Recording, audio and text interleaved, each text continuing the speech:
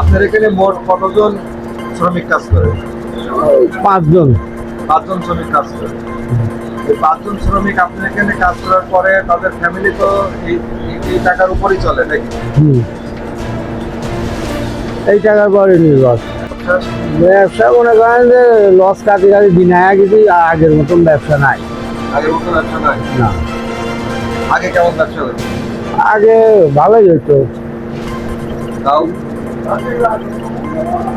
মানে যাদের কাছে দুধ টুধ কিনি তারা ওই জল টল দিয়ে দুধ দেওয়ার কারণে ব্যবসা অনেক লস খায়।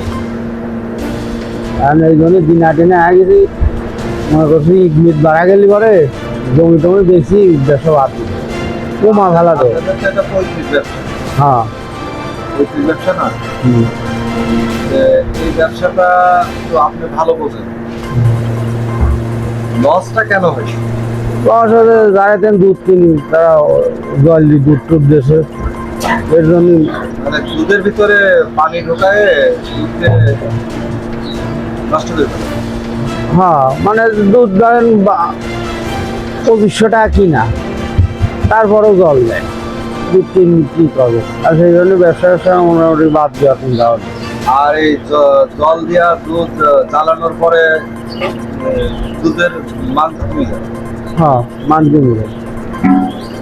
তাহলে এখন ব্যবসার আগে আগে জল দেওয়ার কারণে এটা হয় আর এখন কিভাবে কেন চলছে? এখন মনে করেন যেইগুলি বুঝে নিচ্ছি, এখন কি তাহলে ভালো হচ্ছে? এখন মোটামুটি আসছে। মোটামুটি। ডায়াবেটিক রুগী যারা তারে আছে এই মিষ্টি আপনার এই দুধ দিয়ে আপনি কি কি করেন? ছানা বানাই খাবে। দিয়ে ছানা ছানা বানান।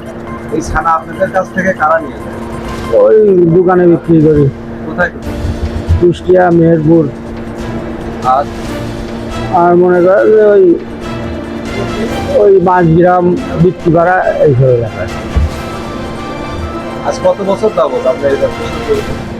প্রায় 30 বছর। 30 বছর। তাহলে এখন একটু ব্যবসাটা একটু ভালো থেকে নেই। মানে মনে করেন যারা ব্যবসা করে যায় দিনা হয়ে গেছি, কাঁচামাল অনেক সময় নষ্ট হয়ে যায়, লস হয়। তো সরকারিভাবে যদি কোনো ঋণ টিন দেয়, মনে করেন যে আমরা আবার নতুন করে আগের মতো শুরু করতে পারি। মানে ব্যাংকের মাধ্যম দিয়ে? হ্যাঁ। ব্যাংকের মাধ্যম দিয়ে যদি আপনি ঋণ পান তাহলে ব্যবসাটা আরো সুন্দর করতে পারেন। হ্যাঁ।